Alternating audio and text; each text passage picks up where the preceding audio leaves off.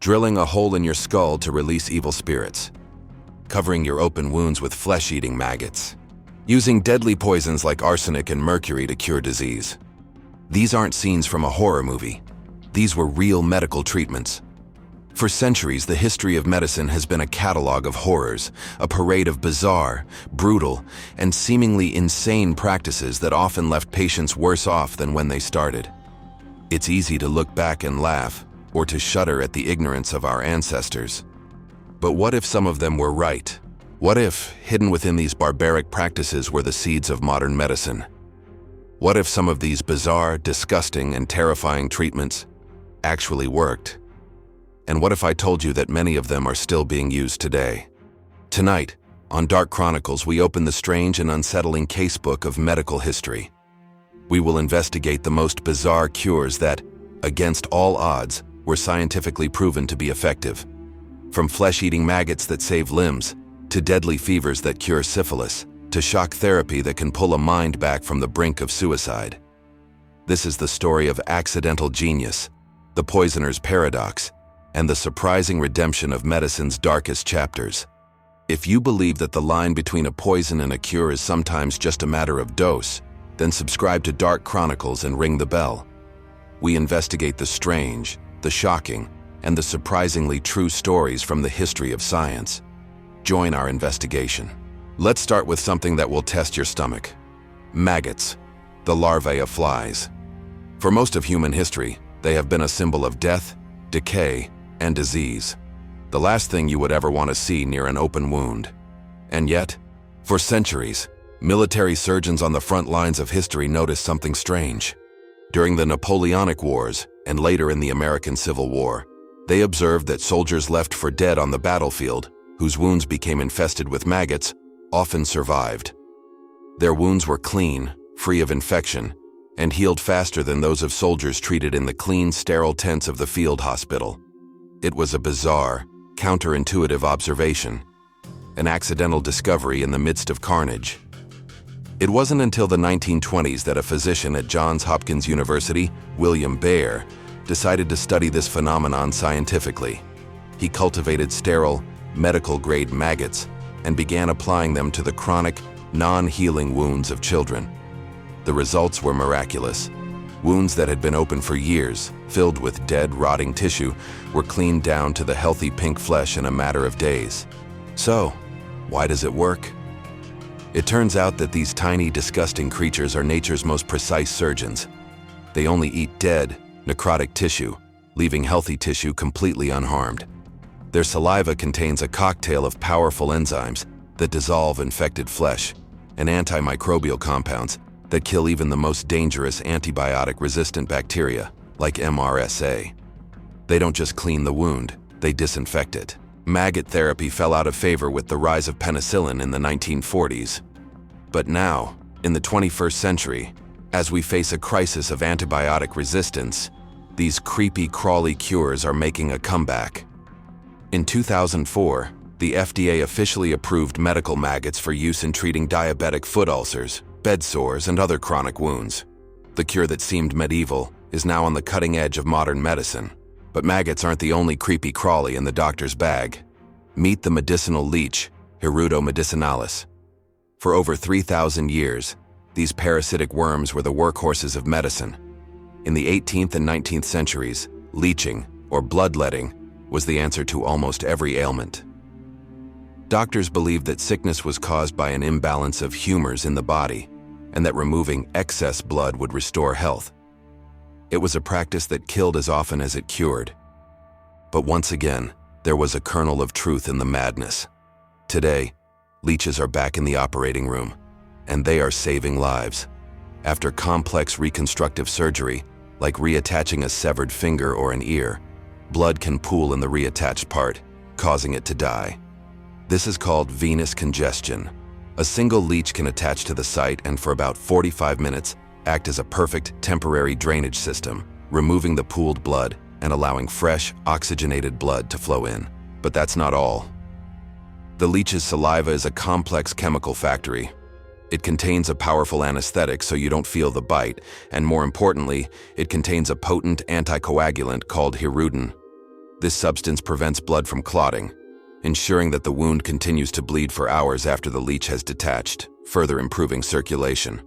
So the next time you see a leech, don't just shudder in disgust. You are looking at one of nature's most sophisticated medical devices. Which is worse, maggots or leeches? We're genuinely curious. Let us know your gut reaction in the comments below, and tell us if you would ever agree to these treatments, even if they could save your life. The dose makes the poison. This famous phrase, coined by the 16th century physician Paracelsus, is the key to understanding the next chapter of our story.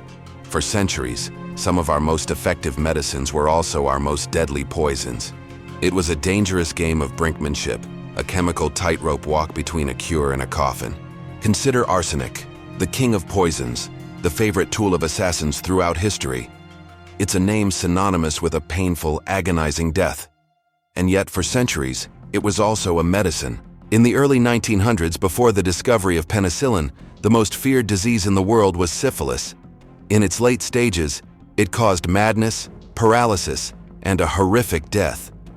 In 1909, the German scientist Paul Ehrlich developed a compound called salvarsan, an arsenic-based drug. It was the world's first effective chemotherapy, a magic bullet that could kill the syphilis bacteria without, usually, killing the patient. The dose that cured and the dose that killed were terrifyingly close, but it was the only hope people had. Even more shocking, arsenic is still used in medicine today. A form of arsenic called arsenic trioxide is an FDA-approved treatment for a rare type of leukemia. It works because arsenic is particularly good at killing rapidly dividing cells, whether they are bacteria or cancer cells. The poison is the cure. But arsenic was not the only poison in the doctor's toolkit. In the late 19th century, the Bayer pharmaceutical company in Germany made a stunning breakthrough. They synthesized a new drug that was a powerful cough suppressant, perfect for treating the rampant tuberculosis and pneumonia of the era. They marketed it as a non-addictive alternative to morphine. They named it heroin. Yes, that heroin. For over a decade, it was sold over the counter as a miracle cure for coughs, colds, and even asthma. And it worked. It worked incredibly well because opioids are powerful cough suppressants. But as we now know, it was also catastrophically addictive. The miracle cure created a generation of addicts and was banned in the US in 1924. And then there was cocaine. Before it was a notorious street drug, it was a medical marvel. In 1884, it was discovered to be the world's first local anesthetic. It could numb any part of the body it touched, revolutionizing dentistry and eye surgery. It was hailed as a wonder drug, sold in everything from toothache drops to Coca-Cola. It worked because it blocked nerve signals, and all modern local anesthetics, like lidocaine and novocaine, are based on its chemical structure. The entire field of local anesthesia owes its existence to cocaine. Arsenic, heroin, cocaine, poisons, addictive narcotics, and dangerous stimulants. All of them were, at one point, legitimate, effective, and celebrated medicines. A chilling reminder that the line between healing and harming is dangerously thin. If you find this dark history of pharmacology fascinating, hit the like button. It helps our channel and tells us you appreciate these deep dives into the forgotten corners of science.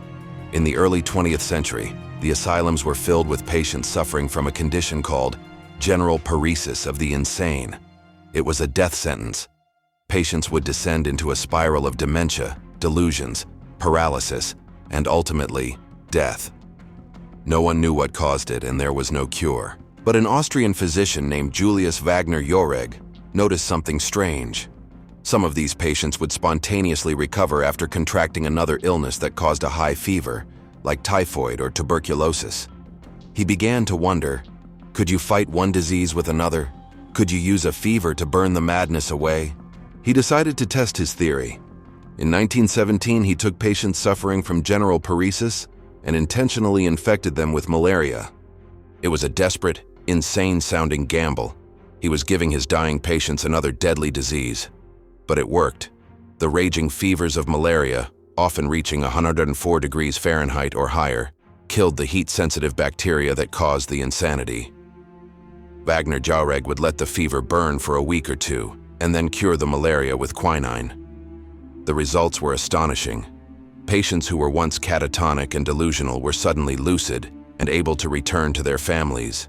We now know that general paresis was actually neurosyphilis, the final terrifying stage of a syphilis infection in the brain, and the high fevers of malaria were, in fact, killing the syphilis spirochete. For this bizarre, dangerous, but undeniably effective treatment, Julius Wagner Jauregg won the Nobel Prize in Medicine in 1927. Malaria therapy was the standard treatment for syphilis for decades, until it was made obsolete by the discovery of penicillin. But its legacy remains. It was the first time in history that a mental illness was cured by a physical treatment, proving that madness was not a spiritual failing, but a disease of the brain. And it pioneered the idea of fever therapy, which has influenced modern cancer treatments like hyperthermia. This story is a powerful example of out-of-the-box thinking that changed the world. Share this video with anyone who is fascinated by the history of science and the incredible risks that lead to incredible breakthroughs. Some medical treatments are not just bizarre, they are barbaric. They represent the darkest chapters in the history of medicine, moments when doctors, driven by ignorance or arrogance, inflicted unimaginable suffering on their patients. But even in the deepest darkness, sometimes you can find a flicker of light. Some of these barbaric practices have been redeemed, refined, and are still used today. Consider trepanation, drilling a hole in the skull. For 7,000 years, it has been a part of human culture. Prehistoric skulls from all over the world have been found with these holes, and many show signs of healing, meaning the patients survived this terrifying ordeal. Ancient doctors may have believed they were releasing evil spirits, but what they were actually doing by accident was life-saving neurosurgery. Today, a neurosurgeon will drill a burr hole in the skull to relieve intracranial pressure after a head injury or a stroke. It's the same basic principle as the Stone Age procedure, but with the benefit of anesthesia, sterile technique, and a profound understanding of brain anatomy. The oldest surgical procedure in history is still one of the most important. Then, there is bloodletting. For centuries, it was the go-to treatment for almost everything, and it probably killed more people than it saved. George Washington himself is believed to have died after doctors drained nearly 4 liters of his blood in a single day to treat a throat infection. It was a practice based on a flawed theory of humors. And yet, today, therapeutic phlebotomy, the modern term for bloodletting, is the only effective treatment for a genetic disorder called hemochromatosis, or iron overload. For these patients, their bodies absorb too much iron, which becomes toxic. The only way to get rid of it is to remove the blood that carries it. The barbaric cure for everything has been redeemed as a highly specific, life-saving treatment for one thing. But perhaps the most infamous barbaric treatment of all is the lobotomy. The very word conjures images of horror. In the 1940s and 50s, the ice pick lobotomy was popularized by Dr. Walter Freeman. He would hammer an ice pick through the patient's eye socket and wiggle it around to sever connections in the brain's frontal lobe. It was a crude, brutal, and imprecise procedure that left thousands of patients in a vegetative state. It was a dark stain on the history of psychiatry. And yet, the core idea that altering brain circuits could treat severe mental illness was not entirely wrong. Today, a modern, precise version of the procedure, called a cingulotomy, is still used as a last resort for patients with the most severe, treatment-resistant obsessive-compulsive disorder, OCD. Using MRI guidance and stereotactic surgery, neurosurgeons can create tiny, precise lesions in the specific brain circuit responsible for the debilitating symptoms of OCD. It is a world away from the ice pick, a redemption of a barbaric idea into a precise and sometimes miraculous cure. These stories show how far medicine has come. To support our in-depth research and get access to exclusive content, consider joining our community on Patreon. Your support allows us to keep digging into these incredible stories. The history of medicine is a humbling journey. It is a story filled with wrong turns, dangerous ideas, and treatments that were truly bizarre. But it is not just a story of failure.